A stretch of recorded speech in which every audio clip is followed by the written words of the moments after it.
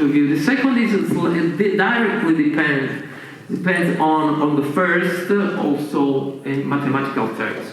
So the first element is the human capital efficiency that can be calculated. It's the ratio between the value added and the human capital that is actually intended as the cost of employee resources and not the cost. And the value added is the result deriving from the investment in employees. The other two elements are actually, I think, in our opinion, not so important.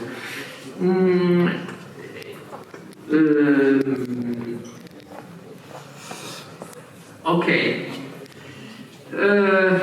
I think that in order to understand the place of in literature of this kind of model, we have to start from a classical consolidated model that can be, for example, the Winston Malone's Scandia Navigator, but we have to set up characteristics, capabilities, skills, etc.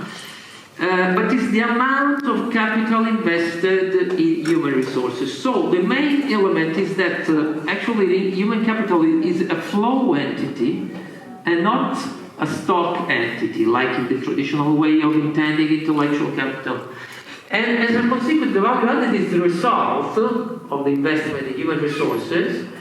And the structural capital is the quota that receives. There is a high literature of papers that use the VAIG, but actually these papers between 2005, 2010, and 2011, but we have to say that these papers mainly from an overall point of view failed to reach a consistent results, because actually they are mainly econometric, but we think that actually there was this kind of misunderstanding, and so the semantic shift that was has to be already correctly appreciated from the model of privilege.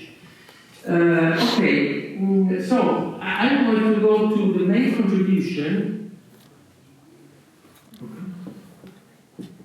To the main contributions of Coolidge's work, as I already said, are also future direction for research. The first contribution is in the field of measurement, supporting the measurement of knowledge workers' productivity. The second is the concept of the stakeholder value analysis that is different from the shareholders' point of view, shareholders' value analysis, and the value analysis that